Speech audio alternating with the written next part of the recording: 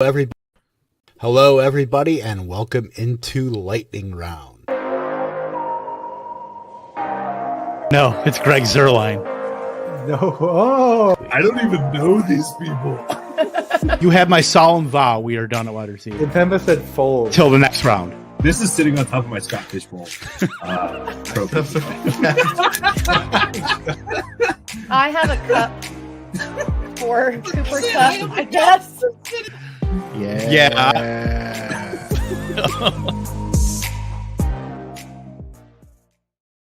Ladies and gentlemen, welcome into Lightning Round. Of course, it is Wednesday here. We are powered by Fantasy Alarm. I, of course, Kevin Tompkins with Britt Flinn, with Andrew Cooper. We have a very special guest with us tonight from CBS, the Instagram meat and beer man himself, Mr. Heath Cummings. Heath, how are you, my friend? You know, the last podcast I was on, they brought that up and they said, but you haven't posted anything in like 6 months. So I'm not sure you're actually that guy anymore. And it is true. I've slacked off when it comes to that, but I'm going to get back to it. I'm trying. We're trying to get the interest, trying to get it pumped up, man. Yeah, that's right. It's there are a few things that I enjoy more than just sitting on the patio for 8 to 12 hours, smoking meat and drinking beer. Yeah, man. I can safely say, right, as far as the craft beers and things that you talk about, that I've been listening to you going back to, I don't even really play fantasy baseball anymore, but I probably listen to you talk about baseball more than I listen to my own family. That's how much the conversations on the craft beer, all the stuff, the fact that Adam Azer doesn't like beer and his favorite Gatorade is somehow orange, which I couldn't disagree with both those things anymore, possibly. Like it goes way back for me. So Heath, having you on here is kind of special, considering how often I've heard you through the years share your knowledge with all of us. So it's kind of funny that I started out at CBS. I think I got hired. They were pretty much looking for a fantasy baseball guy, and I asked him if he could be a fantasy baseball guy who also did fantasy football, and then eventually I didn't do baseball anymore at all. But the relationship, the love-hate relationship with Adam Azer has been one of my favorite parts of this journey. And I did a couple of years ago at the Super Bowl when it was here in Miami. I got him to go to Wynwood Brewing with me in the Wynwood area of Miami. And he had, I don't know that he had a full beer, but he had several partial tastings. And found one that he said he liked more than the others. Ooh, look at you breaking him in brand new things. That's interesting to hear, because I know he was never that guy. I appreciate him making the effort to branch out into different aspects of society here. And you know what? It's baby steps. Right. You just right. Yeah. Right. I was going to say liked beer when we were younger, right? It was just like we did it because whatever, but then now we love it and we're kind of beer snobs about it. So baby steps. It's a good thing. Yeah, I was gonna say the orange Gatorade. That's a cancelable offense, but at least getting him to get into some beer. I mean, yeah, baby steps, like Britt said, exactly. So we're gonna be talking about, hopefully some of these players we're gonna be talking about today take some baby steps toward out of the darkness and into the light. Some bounce back candidates for 2022 here. I'm gonna see this over to Heath. Let's get right into it here. Let's talk about some bounce back players. Whoever you want to start out with, Heath, as far as guys that maybe in 2021 underperformed and have a good chance to bounce back into our good graces here in 2022. Yeah, I'm going to go with the super bounce back, because the guy has to bounce back to almost 4 years ago. But Juju Smith-Schuster, now a Kansas City Chief. I've bought into the Juju story for 3 years in a row. And in fairness to him, one of those years it actually worked out. Like in 2020, he caught 97 passes and scored 9 touchdowns. He was terribly inefficient and the offense was gross and awful, but he scored a ton of PPR fantasy points. He wasn't bad then. But really, we haven't seen the Juju Smith-Schuster since that second year in the league. Last year, he played with Antonio Brown. The last year, some might say that he played with an NFL competent quarterback before the demise of Ben Roethlisberger. And I just think at his age, still 25 years old, as crazy as that sounds, and the production profile he has from the past, and now the fact that he gets to play with Patrick Mahomes, and not just that, but he gets to play on a team that has Travis Kelce, the true alpha in this passing game. I think it could be another situation where we start to see, no, it's not that he can only go 7 yards and catch the ball and fall down. This is a guy who had 97-yard touchdowns each of his first 2 seasons in the league, had a 76-yard touchdown his 3rd year in the league, and then all those plays just dried up. I think some of that might have been he got banged up a couple of years, he got hurt a couple of years, but I think a lot of it was just the Steelers' offense was so uninspiring, and they locked him into that role as the short area guy, and it just didn't work out. I mean, how many players even have multiple 95-plus yard touchdowns? I mean, like CJ2K, like I really can't even think of anybody else that's had the opportunity to do something like that, you know. And Joey Galloway, yeah, maybe possibly, you know, it pulls out the Sharpie, signs a ball, calls his mom, like whatever his special one was at the time there. But yeah, I mean, like Juju, think about like the insane number of boxes he checks. Like you mentioned, the 97 catch season, he has another one with 111, right? He's 25 years old, right? He goes to play with Patrick Mahomes. And the thing with Mahomes that I've kind of been following and documenting is he went from a guy who was a guy that was kind of following the plays, doing the reading it in advance and making the quick throws or knowing where he's going with the ball, to a guy that's kind of been scrambling around on every play, like he's running for his life, like we saw Cutler and Romo and those guys do. I think with this signing, he can get back to being that guy that has a release that's, you know, at least a little bit closer to some of these other guys that are, you know, just over 2 seconds versus a guy that's holding on to it for, you know, near 3. I think this is going to be huge for Mahomes and Juju when you really add up what he's done already and this offense and the fact that now Tyreek's gone, Kelsey's a little older. Like he's a guy that I'm stacking as in a ton of best balls. Like if I draft Patrick Mahomes, I'm not leaving without Juju in best balls at least. Yeah, and I mean Tyreek Hill worked out of the slot a ton of the time there in Kansas City. They lost Pringle, they lost Robinson. Juju can be that next slot guy that just slides in there and absorbs all of these targets and short yardage passes when Mahomes is under pressure and is forced to get rid of the ball pretty quickly. So yeah, I can be on board with Juju. Yeah, I never thought after being so in on like T. Higgins last year that I would move to what used to be a dusty wide receiver in Juju Smith-Schuster, but he is probably my guy this year. I just feel like if with Juju Smith-Schuster, they drafted Sky Moore. If they had stayed where they were at the 50th pick and drafted an Alec Pierce, drafted a George Pickens, I feel like that would have been just the impetus to just keep Juju in the slot, low ADOT, keep him in that role. But they drafted Sky Moore. So I think he has the best chance of retaining an outside role. He's not going to come off the field. I don't think in 2 wide receiver sets, they have to take a wide receiver off the field. It's likely going to be one of those slot guys. If it's, Nicole Hardman or if it's Sky Moore or whatever the case may be. Kelsey plays in the slot as well, but he's certainly not coming off the field. So, I just think Marquez Valdes-Scantling hasn't really earned targets in his career. Sky Moore obviously is a rookie just going in here now.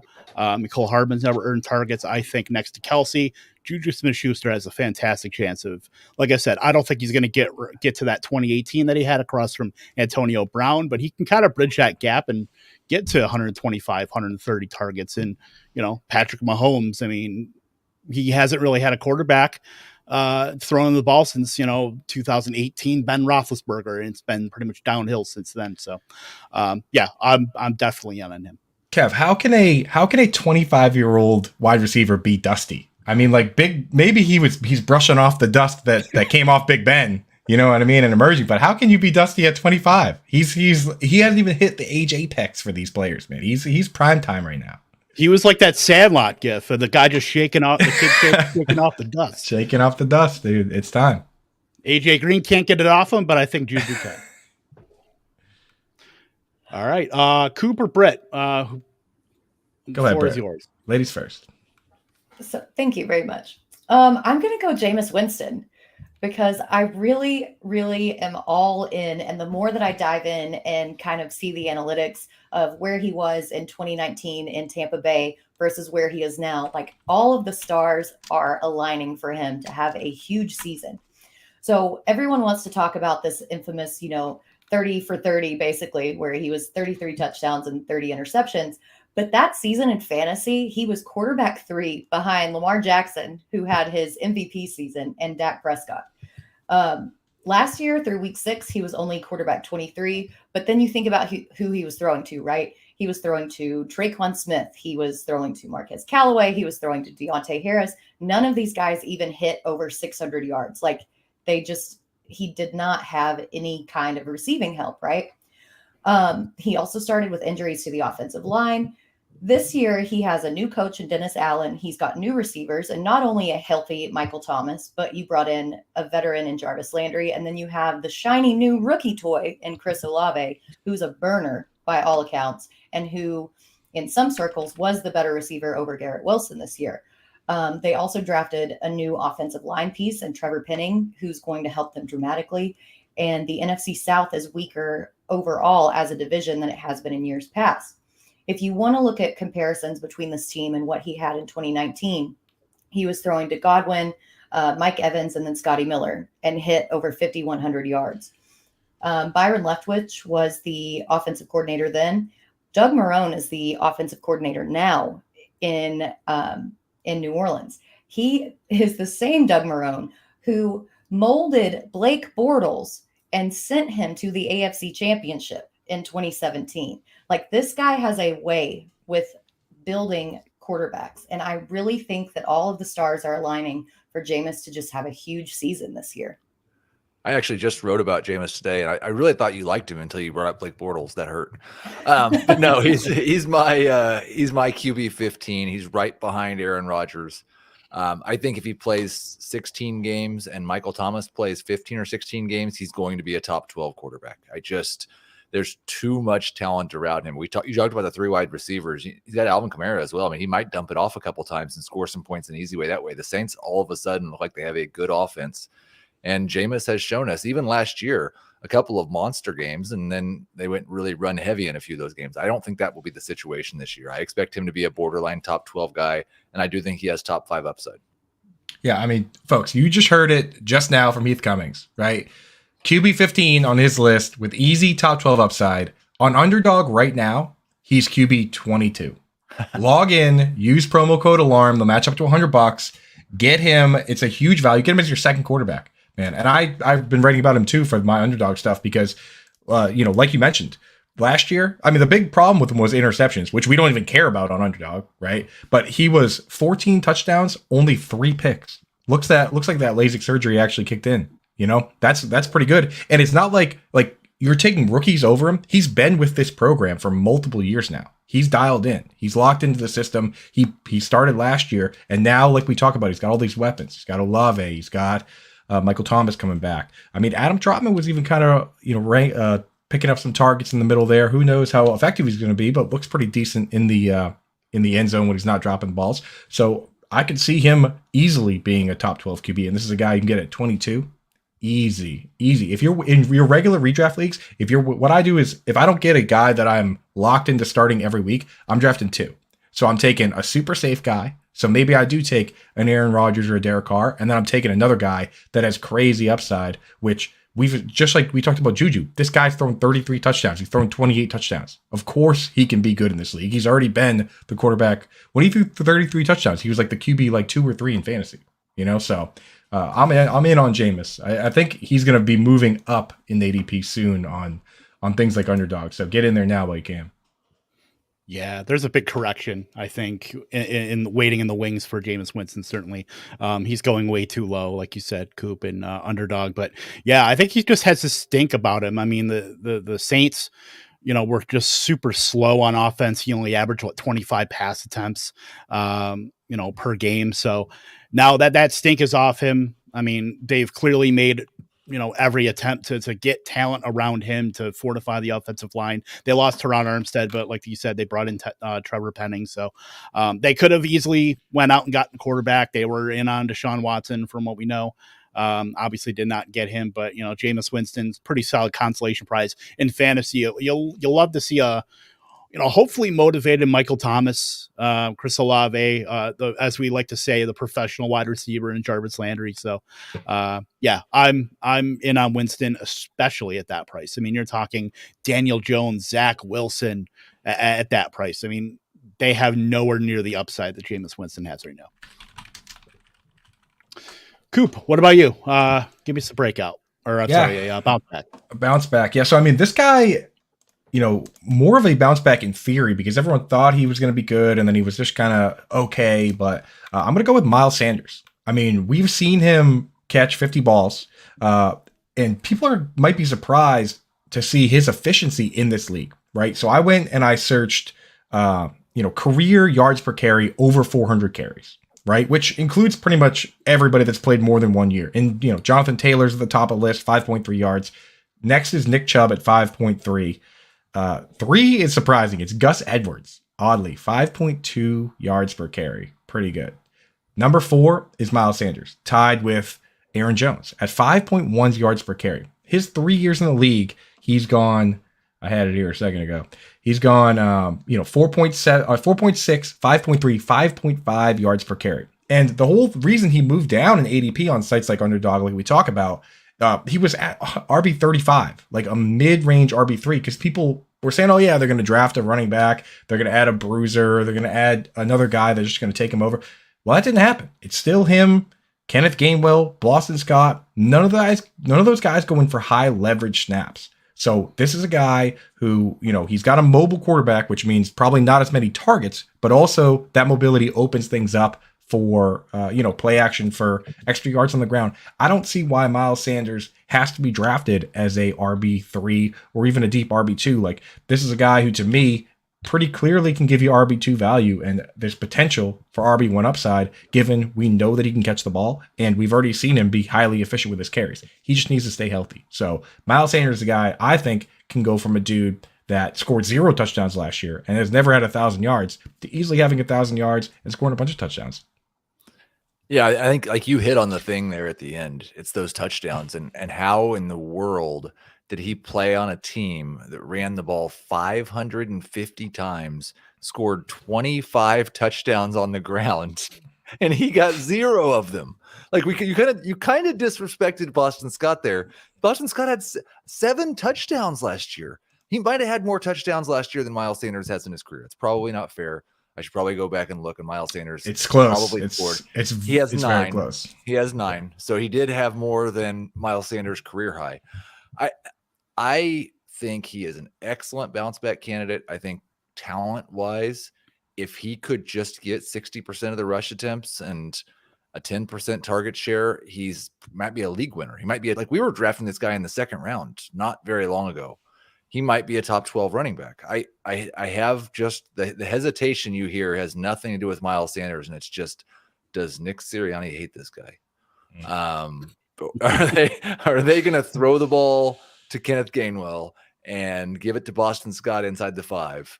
And Miles Sanders, who was the running back that John Voight would never let score a touchdown? He could only work like between the 10s. What was that? Oh, I can't remember now. But I mean, they did it with Melvin Gordon's rookie year. It felt like that, right? Yeah. Like that's one that comes to mind when I think of a guy where they just decide to put in Danny Woodhead to score for seemingly no reason, right? And his mom said she wouldn't wear his jersey until he scored a touchdown. It felt cruel. So I know it's happened before where they do that. But again, at his ADP, I'm just making the bet that maybe he scores a couple. Well, and you kind of saw last season that Jalen Hurts vultured a lot of those touchdowns there in the red zone. But I think with the addition of A.J. Brown, that kind of really frees it up for Sanders, because last season, I mean, we knew that the Eagles were going to run the ball, right? They had Devontae Smith and Dallas Goedert, and that was about it. But now you put this additional weapon in there, and defenses are going to have to play a little bit more honest when they're doing that end zone defense. And that could free Sanders up for maybe he'll finally hit the end zone. So yeah, I totally agree with you. It's just in the cards. Yeah, I don't particularly mind Miles Sanders. I guess maybe I'm a little bit lower than you guys on there, but between weeks 11 and 15, he did average almost 17 carries a game, so he was getting pretty heavy work there. But I just worry a little bit about Nick Sirianni if they're going to be running the ball 50% of the time again. If they just got AJ Brown, they've got these weapons now with Devontae Smith in year 2, Dallas Goedert, AJ Brown. is that going to come up a little bit as far as pass play percentage? I mean, they're still going to be running the ball, and it's going to be Miles Sanders in, a lot of the, green zone touches. So for that, I am pretty interested in Miles Sanders. I just have that kind of nagging thought in the back of my mind with just the offseason trade they made and Nick Sirianni. I'm just kind of a little hesitant. I need to just say the name because I brought it up. It was Wendell Brown in Varsity Blues. He would go up and down the field, and they would never let him score the touchdown. It's like me at gym class, just flooding back. All right. So as far as my bounce back, let's go back to the wide receivers here, because of course that's what I do. All I do is talk about wide receivers here. Allen Robinson for me, I think, is just a clear. He had suspect quarterbacks in his time with Chicago: Mitch Trubisky, Chase Daniel, Nick Foles, Justin Fields, his first few starts of his career. But in 2019 and 2020, he averaged almost 10 targets per game. Did not look right, last season.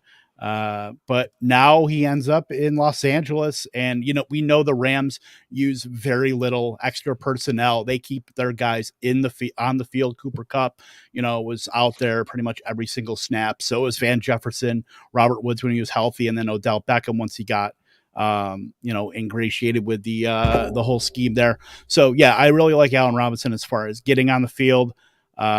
I certainly think 130 targets is attainable. I think a 20% target share upwards is certainly attainable. I mean, he's going at as a high-end wide receiver 3 right now, an underdog, surrounded by guys like Courtland Sutton and Gabe Davis. I think he can certainly eclipse those guys, and then even guys above him that have some quarterback issues, like a Terry McLaurin, like a DJ Moore, like a DK Metcalf. So, we're talking about a guy that he was wide receiver 8 and wide receiver 9 in 2019 and 2020, averaged 16 fantasy points per game. I don't think the dude just completely lost it. Not many wide receivers get a chance like this after a kind of a flame out year that he had last year, but he's going to step into a wide receiver 2 role in Los Angeles. And I think he's going to recoup a lot of that value, if not, get back to where he was. I mean, we're just 15 minutes removed from you calling Juju dust. And now we got soon to be 29-year-old Allen Robinson, who averaged 6 yards per target. No, I mostly agree with you. I think but I had to get that shot in there. Of course. I appreciate it. The thing that I wonder about, because it did kind of just seem like Allen Robinson decided last year, this situation's not really for me. The quarterback doesn't throw very accurately. I don't really want to do this. And it just reminds me a little bit of the AJ Green situation in Cincinnati. And then he went to play in a much better offense and in this, we're supposed to go through the car wash and everything will be fine. And he couldn't, like you said, he couldn't shake the dust. So I am hopeful that Allen Robinson will shake it off. And I think the key might be, do they get their wish and bring back Beckham? Because if they do, it might be that Robinson really for the first month and a half of the season's a number 2 wide receiver. And then Beckham shows up and it's just a complete mess, except for Cooper Kupp. That is scary. I mean, you said 2 things I hadn't thought of that were scary. One, the Odell, which Odell has now made it clear that's where he wants to play, right? He's like, he's responding to people on Twitter blatantly just saying, that's where I want to play. I'm just waiting for them to pay me, so that is a little scary. And then, what you were saying about him not wanting to play, and then you think it's going to be better somewhere else, kind of shades of Mike Wallace, where everywhere he went, it was like, he walked off the field for the Dolphins. And then everywhere he went, he was just kind of like, at a certain point in the year, he's like, yeah, I'm done, So I don't know. On the flip side, though, like Kev said, super high consolidation of snaps, right? And this is a mistake I remember making it when I was younger, like a lot younger, being like, oh, why would I take the second wide receiver on this team when the first wide receiver on the Browns is available? So I would take like Greg Little or something, you know what I mean? And like I learned later, that that's not what you want to do. Like most teams are going to have maybe one guy that's fantasy relevant. Some are going to have 0, but the teams that are super highly consolidated like this, over 88% of their snaps last year, they had 3 or more wide receivers on the field. So Allen Robinson is going to be on the field. Even if they do bring in Odell, he's going to be on the field a ton. So I'm not super concerned about his snaps. Again, if Odell's not there, I don't see why this guy wouldn't be incredibly safe. because we know they like to throw. We know that Higbee isn't a threat to soak in targets. We know that Van Jefferson is kind of, a player's coach, can do everything. His dad was a coach, and he's a field stretching type guy, but I don't see him being better than Allen Robinson. So the ball in that offense really kind of has to go somewhere. If it does pan out the way we think, I know it's early, but if he's the number 2 behind Cooper Kupp, I'm in. Yeah, and I don't know if I necessarily want to say that Allen Robinson quit on the Bears last season. He did have that battle with COVID where he lost, 10 pounds in a week. And I don't think his conditioning was ever fully back to where he was prior to that illness. So maybe that was the situation rather than him just quitting. He was also in a terrible situation with Fields and Nagy and just that whole mess. So I'm willing to give it a shot and see how he does. You want players on good offenses, and that's the crux here. I mean, that's where he is right now. So, I think that he could be productive, especially at his ADP. Yeah, I don't know if you guys remember, let's bring this full circle back to baseball. If you guys remember Derek Bell, used to play for Toronto and with the Pirates, Operation Shutdown. One of the Pittsburgh Post-Gazette's writers said Derek Bell becomes the ultimate pirate, lives on a boat and steals money because they paid him $4 million after telling him he had to fight for a position in spring training. Yeah. Well, Britt, you said that you don't know if he gave up. I'm hoping he gave up because the alternative is just that he played terribly.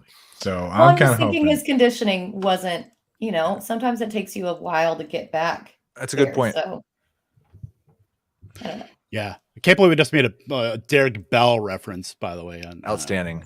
Yeah. Awesome. Not even our most ridiculous baseball reference. And we don't talk about baseball. I guess we do on this show, but yeah. I mean, yeah.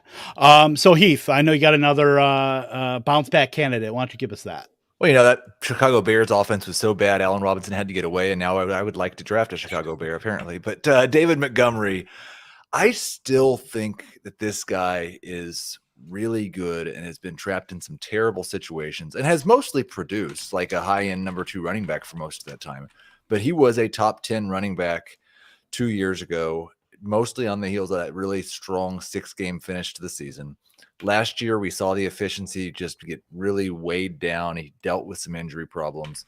But I expect that despite the fact the Bears have done so little to make their team better, they are going to be more creative offensively. They're going to be better running the football. They're going to use Justin Fields as he should be used right now. And that's going to result in more touchdowns for Montgomery. It's going to result in a better yards per carry. And I think he has a chance. If he, again, all running backs, it should just go without saying, they have to stay healthy. But if he plays 16 games, I think he's going to be a top 10 running back this year. Yeah, I mean, so this guy for me, and what's funny is that like Matt Nagy, everyone wanted him gone, right? But for certain players, I kind of want him to stay. Right. Yeah. So I liked Cole Kmet. I'm like, okay, let's run the Kansas City Chiefs offense that Nagy brought over. We'll put Kmet in the slot and he'll be Travis Kelce and Darnell Mooney will be Tyreek Hill. Right. So for me, David Montgomery, I looked at what Nagy was doing, and Montgomery got hurt, and then they brought in Khalil Herbert, and Khalil Herbert runs for 100 yards against the vaunted Bucs defense. And I'm like, oh my God, what's going to happen here? And then Nagy put Herbert right back on the bench where he was getting, it blew my mind that he went from being a successful guy getting 20 carries and 100 yards to getting, 3 or 4 carries at most a game. So I kind of love that. I was like, yeah, awesome. We need that in fantasy football. I don't care if it's smart. You know what I mean? Like bad coaches are great for fantasy football. So I was so on board with that. And my only concern is that Luke Getsy. Kev, you've been a Packers fan forever. We don't know what kind of plays this guy's going to call. We have no. Has he ever run an offense before that we know of? No, not really. So I don't know what it's going to look like. I hope it looks like David Montgomery getting 20 carries every week, because then he's going to blow his ADP out of the water, right? He was already a guy that was a league winner in fantasy football once before, right down the stretch there. And last year he was getting the carries. I mean, if that's what they want to do, then I'm on board. The only reason he's not being drafted there is the concern that he goes with the only thing he knows, which is what the Packers have been doing, which, you split the carries up. Splitting the carries up works fine when your quarterback's the back-to-back MVP of the league and touchdowns are just flowing from the fountain like wine, like 30 touchdowns in 30 games for Aaron Jones, even playing 60% of the snaps. when the offense isn't that good, that's when I get a little scared. So that's why on this guy, he can absolutely win leagues, or the new system is something that we weren't hoping for. That's my concern. I did just look it up because I was curious. Luke Getsy he was the offensive coordinator for West Virginia Wesleyan in 2009. And then in Indiana in 2011 and 2012. No, not that Indiana. Indiana and Pennsylvania. I didn't know there was one there. No. And Mississippi State in 2018. Okay. Okay, let's see. That's great trivia. Brett, let's hear what you want to hear. I'm pulling up Mississippi State and seeing what kind of workout, what kind of 2018. Brett, what do you think? Well, I mean, we all know that the talent is there with David Montgomery, right? Like we've all seen it. We all know that he's this athletic, like kind of bruiser back. But if you look at especially where the Bears sit now in the preseason power rankings, they're literally ranked dead last. And that doesn't bode well for running back volume in fantasy because they're, always going to be playing from behind. He also has a dual threat quarterback in Justin Fields who could just take off and run it himself. If the Bears can get their stuff together, I think that Montgomery absolutely, especially at his ADP, has the chance to be a bounce back candidate. But there are a lot of empty spaces and boxes that we need to check prior to that. So, I mean, I'm not going to lie. I've drafted him. I believe in talent, but it could also go very wrong depending on the situation that he's in. Yeah, Bro, I mean, can I call it timeout real quick? This is wild. Dude, 2018 Mississippi State, their quarterback ran the ball 221 times. That's a Justin Fields tweet if I've ever seen it. And they actually also had Kylan Hill. So maybe he was the reason they brought Kylan Hill in. Kylan Hill had 117 carries for 734, 4 touchdowns. And then a guy, Aris Williams, had 85 for 524. But, man, they leaned heavily into running the ball with the quarterback in that offense. He had over 1,000 yards, 13 touchdowns. Nick Fitzgerald. Well, at least somebody may run the ball, run Fields ragged, in that offense. Hopefully it's, this offense in this new regime here. But, I mean, David Montgomery, he averaged almost 5 targets per game with Justin Fields under center, and there's a real chance he could be the second target in this offense. So for that, I'm pretty much in. I mean, that's what you want with your running backs. You don't want the 2-down kind of plotters. You want the guys that are going to get that pass work too. He's been a top 12 quarterback in fantasy points per game the last 2 seasons. Unfortunately, doesn't get to face 6 of the 7 worst run defenses, every single game like he did at the end of 2020. But I mean, Montgomery for what he is, it's pretty much. We talk about running back volume and how that's one of the biggest proponents of projection error. But I mean, unless they're going to run out and give Khalil Herbert 150 carries, which could happen. But I mean, David Montgomery is going to be a focal point of this offense, even with a depleted passing game. I like him as far as an easy value. Interesting point on the wide receivers, because they could have brought anybody in. They bring in Byron Pringle, who actually PFF has graded him as the number 1 pass blocking wide receiver in run blocking wide receiver in 2020.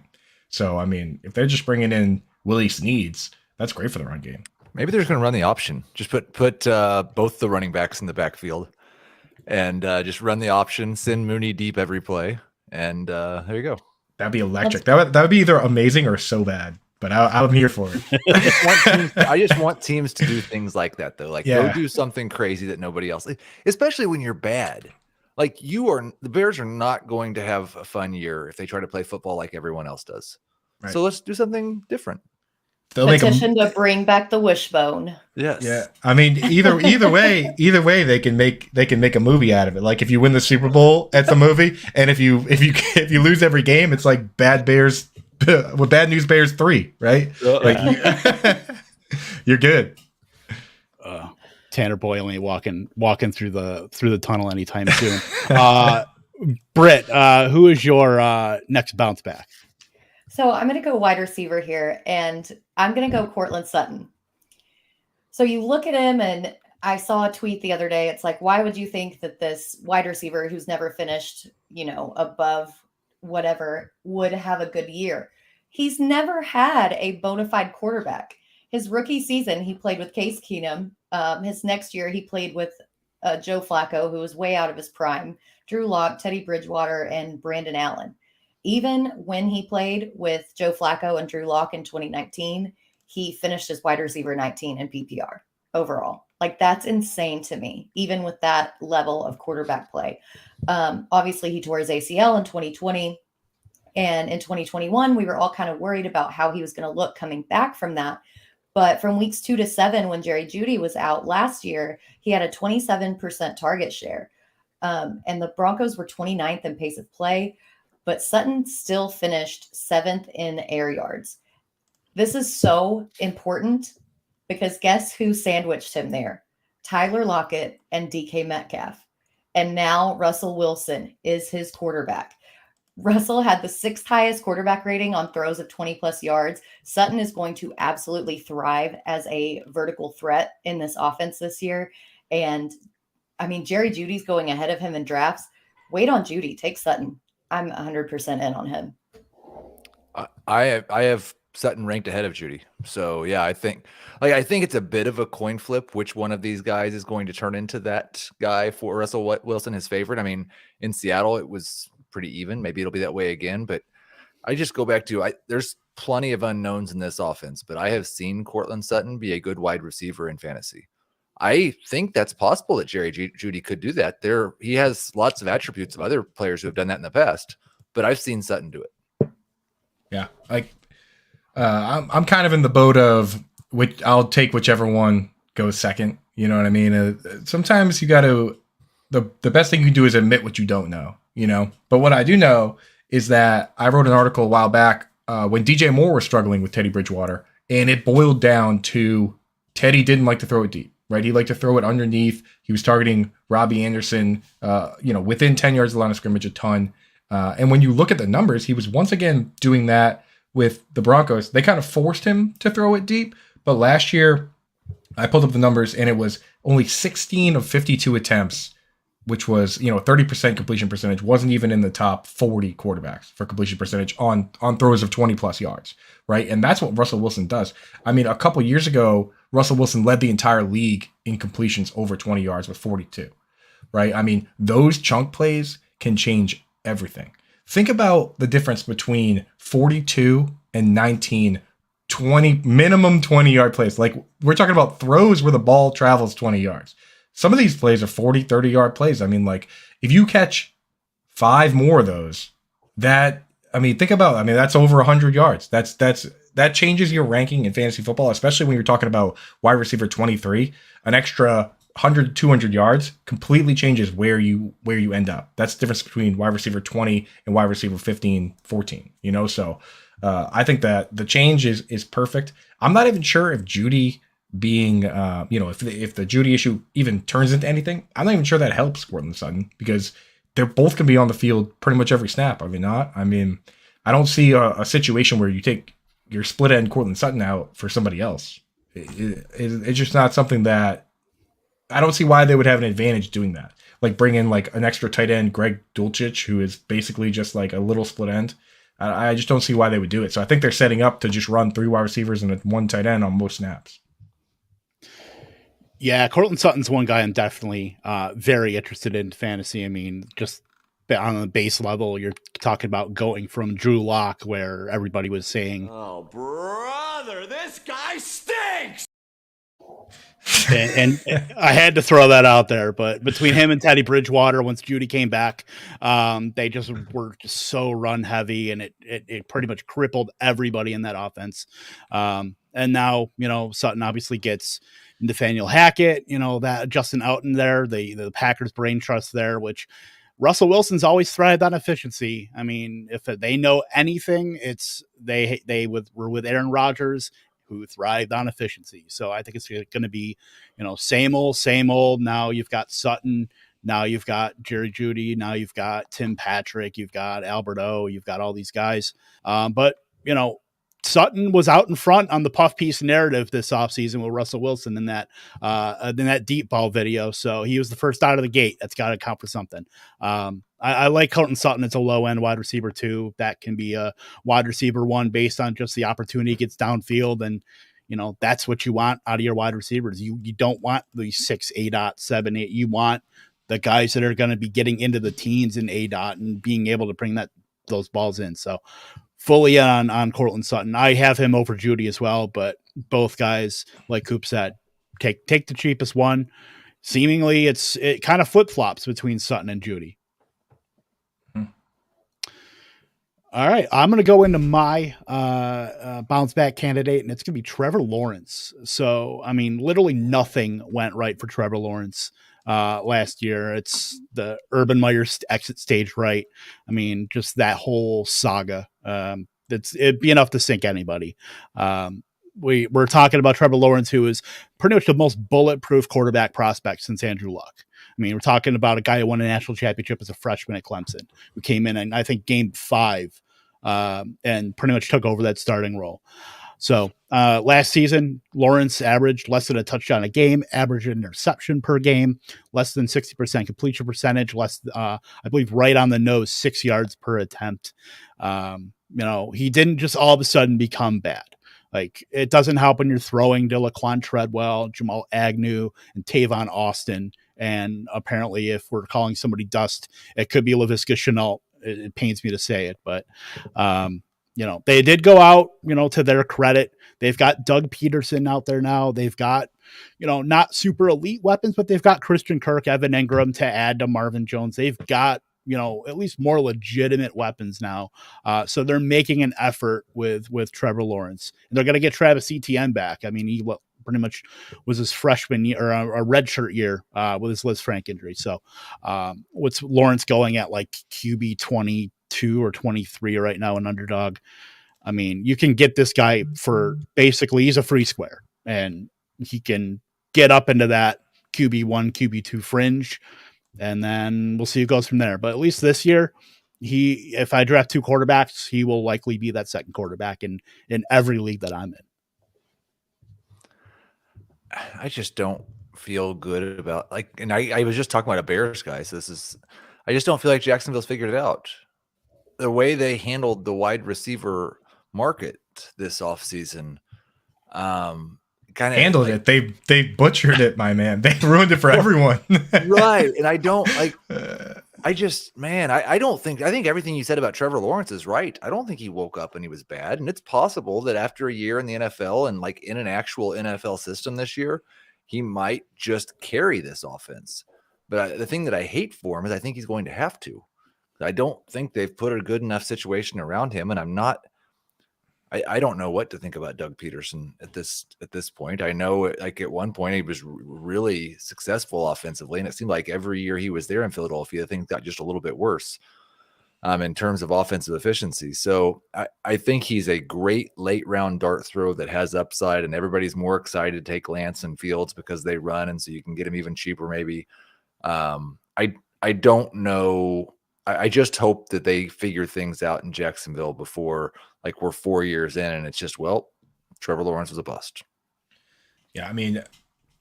I think that he can potentially, he survived, this situation, and quarterbacks, they can play for a long time if someone gives you a chance. Right. And are you guys ready for this? Because this is a rare occasion for me as a stats guy, but I'm going to give you guys a little film take here. Yes. Boy. I rarely care about film. I like watching football. It's a lot of fun, but I rarely use it in my analysis of players. I think that's kind of not a smart way to do it when we have so many numbers, we have so many historical stats and all that. But I will say this dude, I have seen him make some plays and make some throws that I know for a fact a huge number of players cannot make. Like the rolling to your left. I don't know if you've ever tried to roll to your left and twist your trunk and throw a football. This dude throws absolute seeds doing that, 35-yard throws on the dime that other players would be throwing like rainbow lollipops. This guy's throwing like Ichiro. You know what I mean? So I've seen him do things that are special, and we know that he's good enough at running that if you don't respect him, he can run for 15, 20 yards and then scoot out of bounds. So I think that if things come together at some point for this guy, that he's going to be a star in this league. I just have the same reservations as Heath. You can't pay a guy like he's Devontae Adams, but he's actually Christian Kirk. You know what I mean? It's like I don't even know why they went out to get Marvin Jones in the first place. Like I like Marvin Jones, but like when you're building a team for the long term, you don't grab the players that other teams are jettisoning away to collect comp picks. You know what I mean? Like it's just not a good long-term strategy for building a team, in my opinion. So I have the concerns that Heath has. When I look at this guy, the way he plays, like if he has the mental part of it, which we could all never possibly know because we don't know this guy, he's got the physical part. I mean, we've seen him do crazy things. So I'm just going to tack on a little bit more to this that I don't think a lot of people have thought of, but look at what Jacksonville did on the defensive side of the ball in free agency to kind of support their quarterback from that side. If they can support him on the defense, then Lawrence isn't going to have to go out there and make these like really desperate throws that he was forced to make last season. They did a little bit on the O-line as well, so he's got a little bit more time to throw. I think that low-key helps him out more than any of these other weapons right now. Like just to get a full team in place, then everything else is going to come together for him. You know, the quarterback is the blame for the entire team, but the defense is the base, in my opinion. And I think that is something that's a little bit overlooked about him. Where he's going in ADP, I'll absolutely take him in best ball and as a second quarterback in redraft. Oh.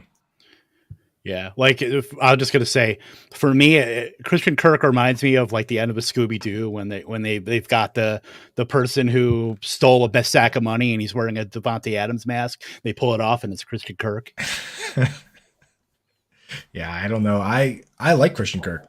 I know, like me as a Christian Kirk fan. Sort of the Jags, they really like Christian Kirk. Yeah, as a Christian Kirk fan, I'm embarrassed and I'm nervous that we aren't going to live up to that. But well, speaking of the Jags here, Coop, yeah, your homerism showing a little bit. I know, man. I know. And guess what? I talk about this player. Anyone that's watched our show knows that I love this player, but guess what? This is a perfect topic for it. So everyone's going to have to shut up and listen for a sec here. Here's the deal with Evan Engram. Little story about Evan Engram. All right. As a rookie, top 5 tight end with Eli Manning, right? Eli Manning leaves. He has some injury troubles. Now he's stuck with Daniel Jones, right? Even in 2020, just a year ago, he was tight end 4 in targets, tight end 5 in receptions, tight end 8 in yards, right? Players and coaches voted him into the Pro Bowl. The fans didn't want him in there. The coaches did. The players did, right? And even though he's 4, 5, and 8 in those categories, he's tied for 51st in touchdowns. Like we were talking about with Miles Sanders. If the touchdowns were there, it's a totally different story. And it's not like the touchdowns weren't there because he's not good. The Giants in 2020 were second to last in touchdowns. Last year, they were dead last, right? That's not because Evan Engram dropped 4 passes last year. That's because that is a bad offense and a bad team. Now he goes to a new situation where this is a guy that runs like a 4.42. We just talked about how Heath acknowledged Christian Kirk got overpaid. Kev just said Laviska Shenault is dust. When I mentioned Marvin Jones's name, I know Britt made a face, and if she didn't, she was holding it back. He could easily be a top 2 target on this team, which is the biggest thing for being a top 5 tight end, right? Could he be terrible? Could he drop a bunch of passes? Maybe. I've seen him drop some pretty bad passes before. But everyone's seen it, all right? National football against the Eagles. We all remember, right? But the thing is, they paid this guy $9 million, guaranteed. He's going to have a new leash. They don't care about passes that were dropped against the Eagles. They care about this year. If they have faith in him, he's not going to get benched. Fumbles and drops only matter if they lose faith in you. I have faith. Evan Engram, let's go. Tight end 5. Obviously, Doug Peterson didn't lose faith in him because they just went out and gave him some money to play for them. So I think like you might have sold him short. He has an opportunity to lead this team in targets. Like the Doug Peterson offense has been extremely tight end centric. Now, I'm not sure he's the best tight end on the roster. Dan Arnold's there. Whoa. But wow. if he can be the Zach Ertz and not the Dallas Goedert in this equation. I do just want to bring up, because Evan Engram is responsible for one of my favorite statistical oddities. His yards after catch per reception has decreased each of the past 4 seasons. And what makes that more amazing is that generally there's an inverse relationship between your ADOT, your average depth of target, and your yards after catch. If you catch the ball closer to the line of scrimmage, we see this with Debo. Debo always kills everyone in yards after catch because he's catching the ball at the line of scrimmage. Evan Engram actually saw his average depth of target drop from 7.2 to 5.0 last year. Terribly low. At the same time, his yards after catch per reception went down by half a yard. That's bad. It's just a quirk. I mean, it's just like that's pretty terrible. That's pretty terrible, right? It's for a guy that's supposed to be, the speed is supposed to be his thing too. Like, not only essentially only Kyle Pitts is faster. So, but I don't know how much all of that matters, because if Doug Peterson says Evan Engram is my tight end 1, then that might just mean that Evan Ingram's getting 120 targets, and if he does, he's going to be a top 5 tight end. I'm telling you right now, I'm calling it on this podcast. When it happens, you tag me at Coupe Fiasco. Dan Arnold is going to get traded because he has the most tradable contract I think I've ever seen, where if they cut him, they eat $1 million. So his contract is like $2 million, $2.5 million, compared to our king Evan Engram making $9 million. $2.5 million contract. If they cut him, they eat $1 million and save $1.5 million. If they trade him, they all that goes off the books, the full $2.5 million. I mean, like, talk about a guy that you just kind of throw out there for a 6th round pick, you know what I mean, or a 7th round pick.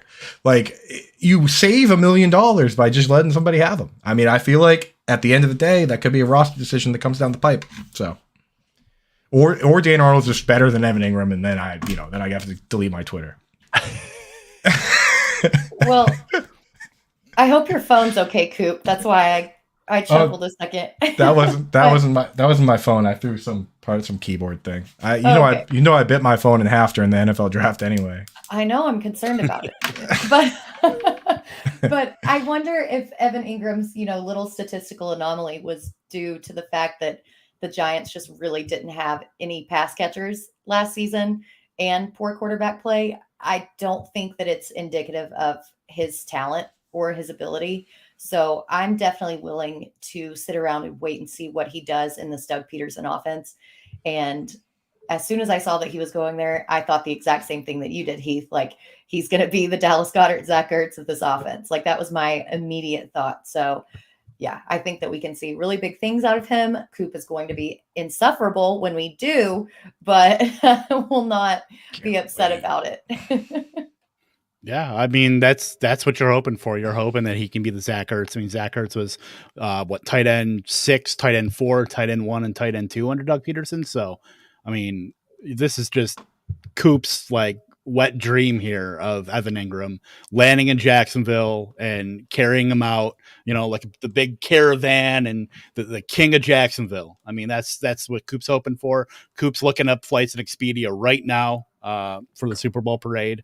When I have Trevor Lawrence and Trevor Lawrence is QB1, Evan Engram, we're all about it. No, I mean, Evan Engram is pretty much your late round, tight end dart throw. I like him better in best ball. I think I have like the most exposure to Evan Engram thanks to Coop pretty much. I mean, I'm influenced by a lot of things, obviously peer pressure. So why wouldn't Evan Engram be on every one of my rosters? Same with Hunter Henry, same with Zach Ertz. My exposure is exactly 100%. It's the cone of influence is what it is. Hey, we're good at this though. So that's the thing. It's good to be influenced by people who are good at this. That's why we bring Heath Cummings on the show. So, yeah, I mean, the only other thing I look for, I mean, he was still top 15 in route participation, and had injuries. I mean, the Giants had injuries to Galladay, Tony, Sterling, single digit swags, Sterling Shepard. So maybe they'll give him some more end arounds or off tackle stuff. Coop. Dude, that's that. He scored in 2020. He scored just as many touchdowns catching the ball as he did running the ball. That's the situation that you live with Daniel Jones. So, All right. Well, I'm think just glad we're, that Evan Ingram's not stuck on a bad offense with a bad quarterback anymore. I'm glad he's been freed from that situation. Yes, exactly. No, but has he though? He could have gone you could have gone anywhere, Evan. What, like, why aren't you on the Packers, dude? I know, right. But at least he also could have gone somewhere with 2 stud wide receivers, and then he's stuck behind those guys. So I mean, Right. As far as the places go, like we talk about Dallas Goedert, like has any guy gotten a rougher, like we waited for him to get out behind Zach Ertz, and then the moment he does, they go out and get AJ Brown. I mean, give the guy a break, man. yeah, that's tough. Well, you know what? Dan Arnold will be a Green Bay Packer when they trade a 7th round pick, and we'll all be dancing. So Make it so. That'll hurt my boy Eli Wolf though. that's right. Yeah, that's right. Eli Wolf is now a Green Bay Packer, a lightning round mascot. Eli Wolf. 0 days without an Eli Wolf reference. You don't have to remember that. You don't have to think about that name any more than the next 30 seconds. He's fast though. He's fast. His time's coming, boys and girls. And girls. All right. Well, that was we talked about some bounce back players. Heath, again, thank you so much for coming on with us. Just to let everybody know where you can find you on the World Wide Web. Yeah, you can find me CBS Sports. Probably this time of year, just go to the fantasy football page in the top right-hand corner. You'll see Dynasty Central, and that's where pretty much everything I'm doing right now is. We got updated rankings, updated tiers, trade chart, all that good stuff. And then the other thing I'll plug is that John Bosch is hammering out those fantasy cares eliminators right now, and I'm filling as many of those as I can. It's a great cause. Go be a part of that. Awesome, man. Fantasy football legend Heath Cummings, man. So awesome, dude. Thank you so much for coming on, man. It's so cool. Yes. It was awesome to have you. I love being in the presence of fantasy football greatness. I don't know about any of that, but I had a lot of fun with you guys. Yeah, that's a fact, man. That's a fact. Absolutely. And to think, I almost put in that block of Michael Lee by Hakeem Warwick and played that at the very beginning. I almost put that in here, but I did not, out of the respect that I have for you, Heath. I think you should have. Like I said, I've got plenty of joy right here in 2022 with the Kansas Jayhawks. I'm okay if we need to go back in the time machine to find yours. Well, you know what? I'll probably get to see it on the sideline when Jerry McNamara is the head coach in 2-3 years. Yes. Or when he's still the assistant to Adrian Autry.